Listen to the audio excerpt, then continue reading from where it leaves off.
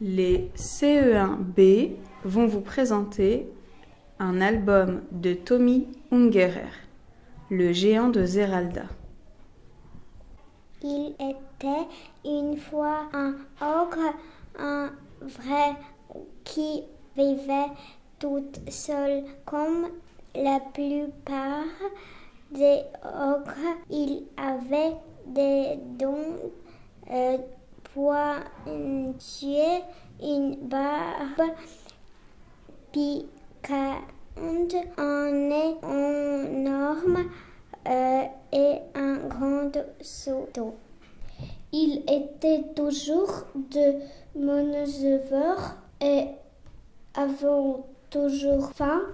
Ce qu'il aimait le plus au monde, c'est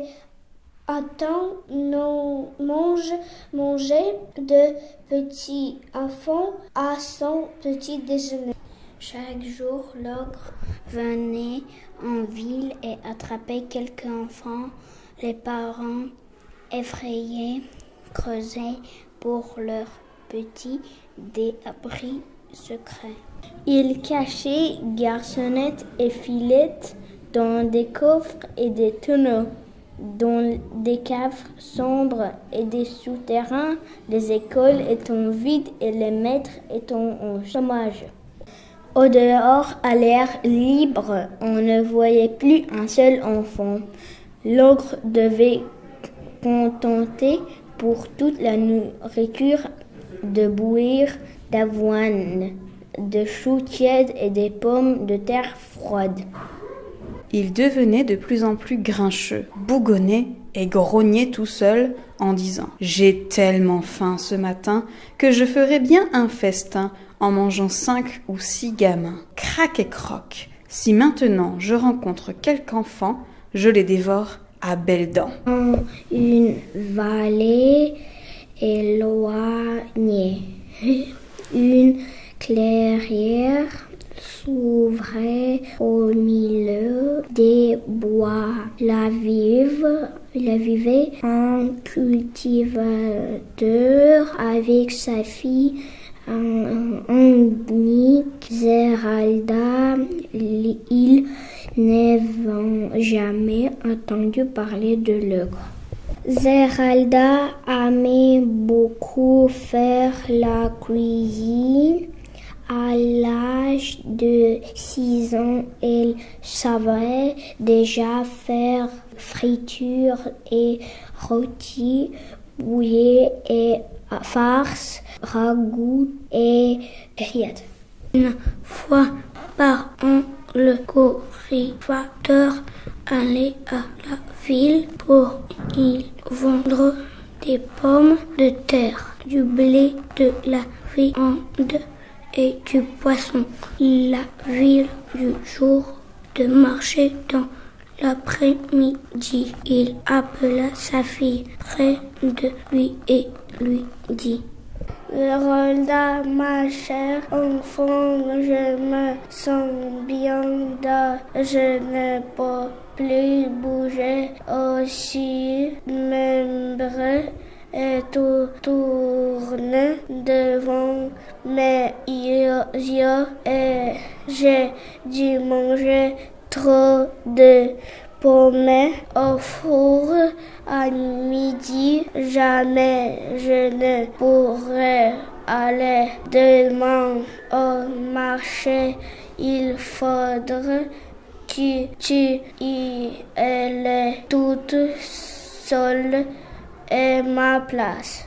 Le lendemain, un petit jour, Zeralda attela la moulée, chargée la charrette, se mit en route avec la bénédiction dans son père.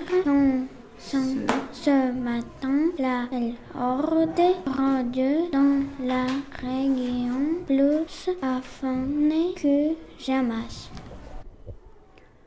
Un souffle de la brise matinale lui apporta l'odeur de la petite Zeralda.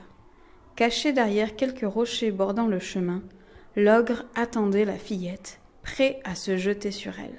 « Ah, voilà enfin un petit déjeuner !» marmonnait-il. Mais que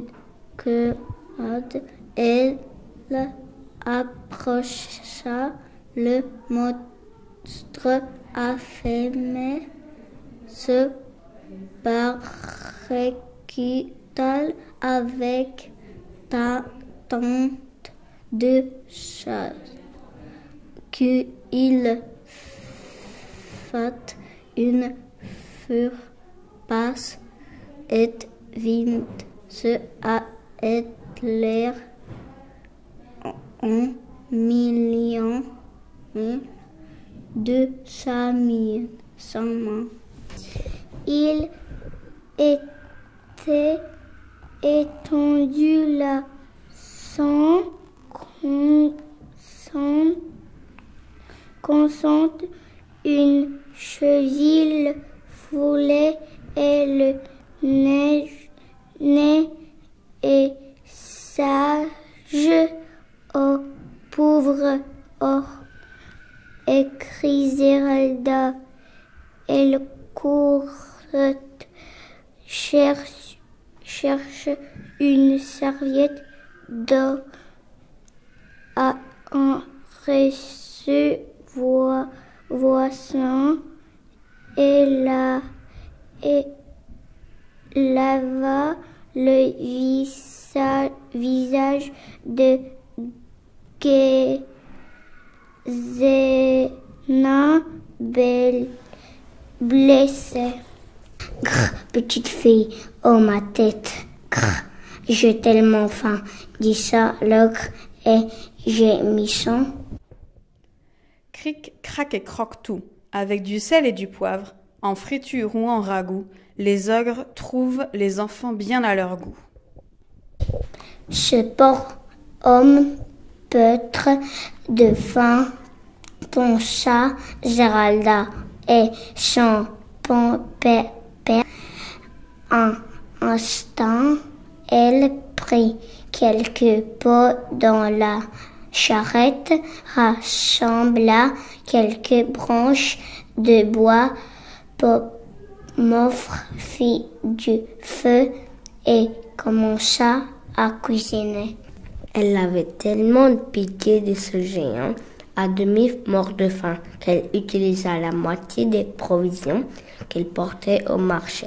Et bientôt, elle lui présenta un potage de craison à la crème, des truites fumées au crapes, des escargots au beurre et à lait, et des poulets rôtis en cochon de lait.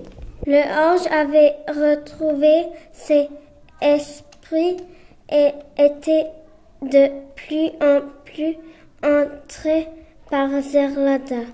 Le goût de tous ces plats était pour lui quelque chose de tout nouveau.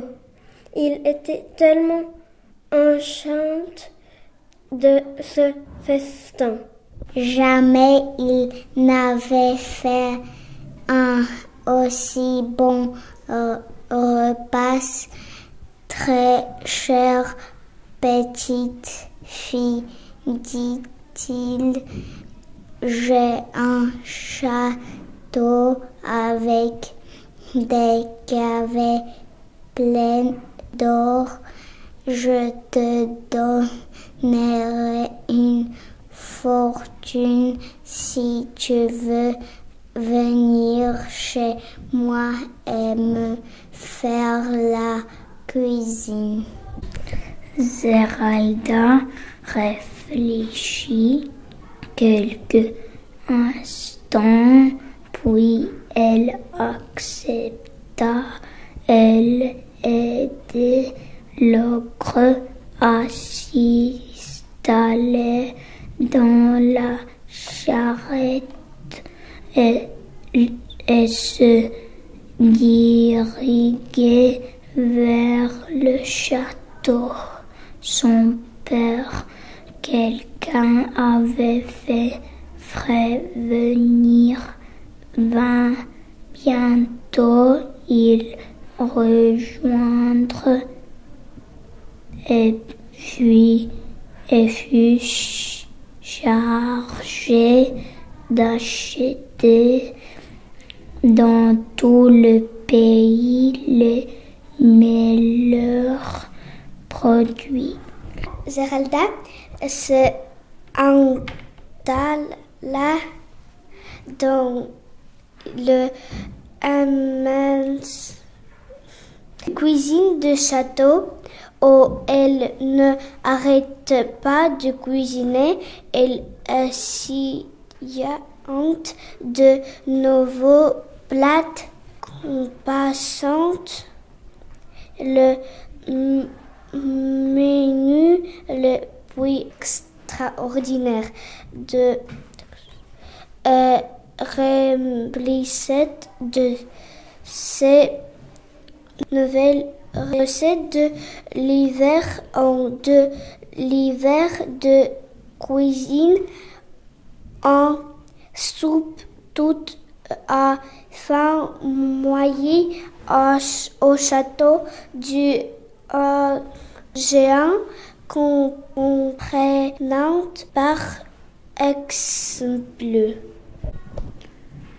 une choucroute garnie, un pâté en croûte, des côtelettes sur lit d'aspi truffé, un pompano Sarah Bernard, une sauce raspoutine, une dinde jeune fille, un croque-fillette sur délices des ogres. On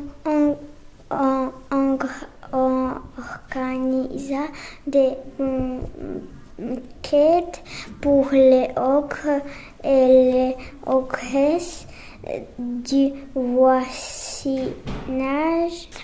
qui ne suivant plus comme dire leur admiration délicieux, extraordinaire, inimaginable, tout simplement